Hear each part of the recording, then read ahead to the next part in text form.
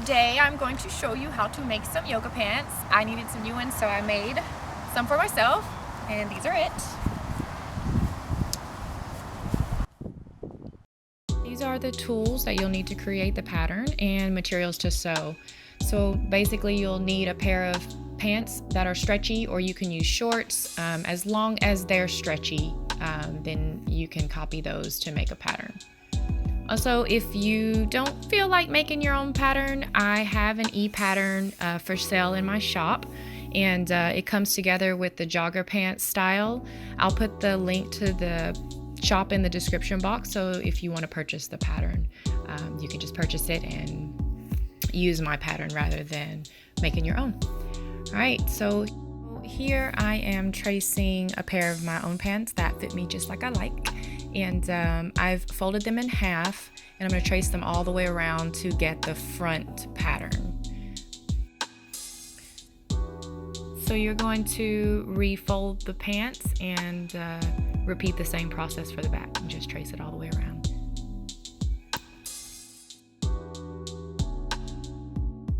If you're tracing leggings, then you're just going to draw the legs wider and straight, just starting below the crotch and then right where the hip line, just straight down. If you're tracing shorts, then you're just going to draw straight lines down from the leg openings. Then that's also from the crotch and then from the hip. So this is going to be the finished trace. This is the back piece that you're looking at. And what I'm doing right here is I'm marking from the waistband. I'm marking about, my waistband on the pants that I was tracing was about 2 inches in. So what I'm doing is marking the paper pattern 2 inches in, and I'm going to cut that off because we're going to make our own waistband, and I don't want that extra 2 inches going up my belly button. So we're going to cut out the pattern from the paper, just cut all the way around. And then here, this is where I'm cutting the waistband part off. So here we're going to make the waistband. I'm measuring the front pattern at the waist. So I have 7 inches, and then you're going to multiply that by 2 because there are 2 front legs. So then you are going to do the same thing for the back. I have 8 inches. I'm going to multiply that by 2 because there are 2 back legs. And you will add the front and the back together for a total waist measurement. Mine is a total waist of 30 inches. 30 inches is kind of long to cut into the fabric. So what I do is I divide it in half and cut 2 pieces. So my waistband pattern is going to be 15 inches long, and I want my waistband to be 2 inches wide, but I have to cut it at 4 inches and then do a 2-inch fold. So here's the waistband pattern. So you're just going to cut 2, one for the front and one for the back.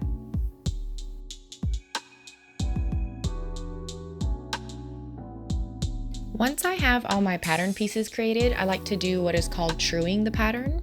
So I am going to do it here on this little piece of paper because I did it off camera, but I wanted to show you guys kind of what I do. So that's why it's so miniature.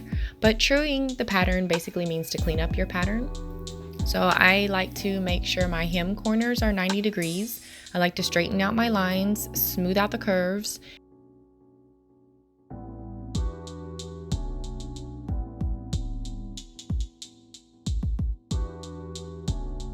I like to make sure that the crotch corner isn't pointy. So I just go around the whole pattern with my ruler and my curves and draw in all the lines nice and clean. I also measure my inseam, my side seam, my waistline, and the crotch on the pattern to make sure everything matches to the way I like to fit. And then I make all of my adjustments on the pattern before I cut it out. What I'm doing here is walking the pattern.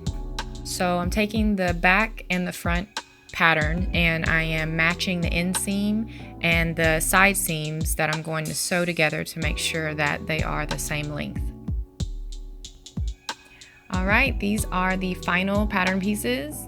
At this point, you can add seam allowance to your pattern pieces.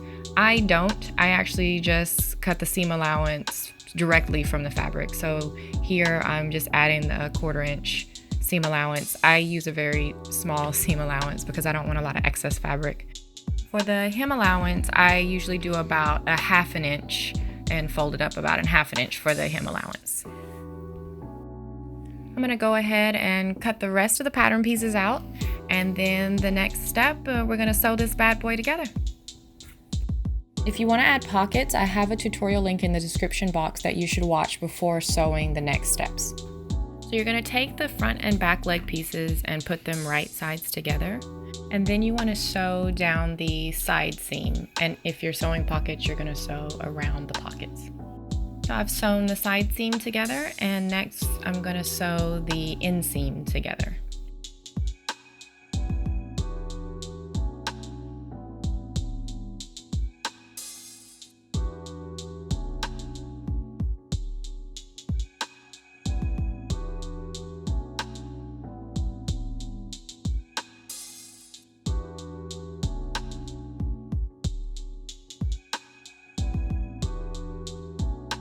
Now I need to connect both legs at the crotch. The way that I do this is to keep one leg wrong side out, and then I flip the other leg right side out.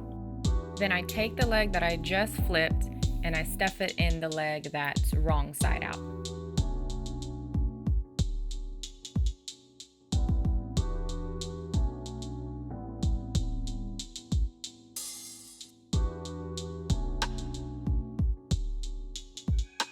I'm just going to pin the crotch together, matching the back and the front.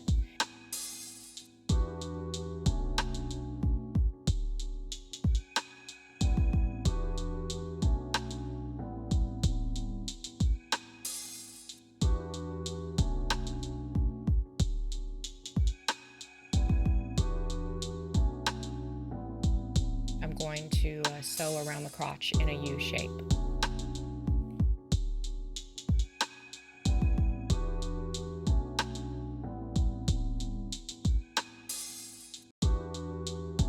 I finished sewing the crotch seam, and I'm just going to flip the leg back out.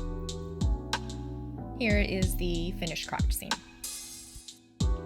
I'm measuring out my elastic to the total length of my waistband, and then I'm going to add some seam allowance so that I can overlap the elastic and sew it in a circle.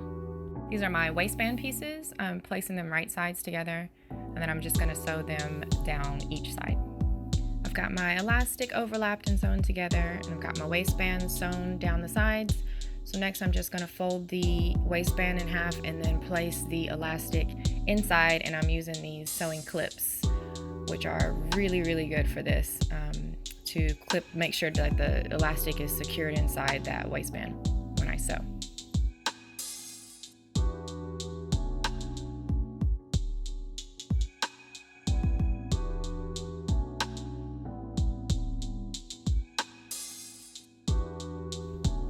Okay, I got my pants back on the seam, and I have them flipped right side out.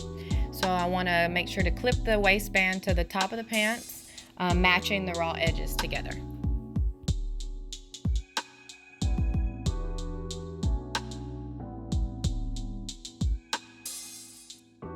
And we're back to the sewing machine.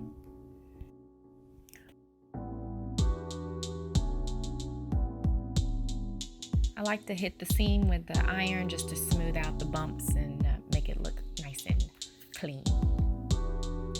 For the hem, this is optional, but I like to add a little knit interfacing to the bottom, and I just iron it on. It adds a little bit more stability when I'm sewing, and it makes it look smooth when I'm done. So then I just fold it to the inside about 1/2 inch up and iron it down so that it'll stay folded while I'm sewing.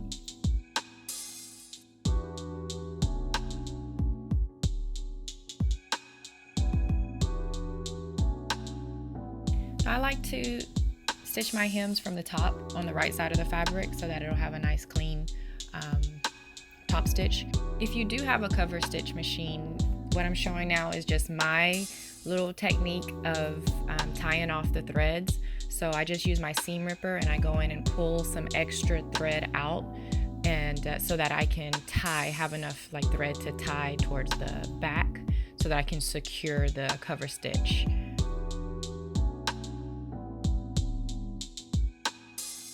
Then I just hit it with the iron again to smooth out the stitches, and it is done.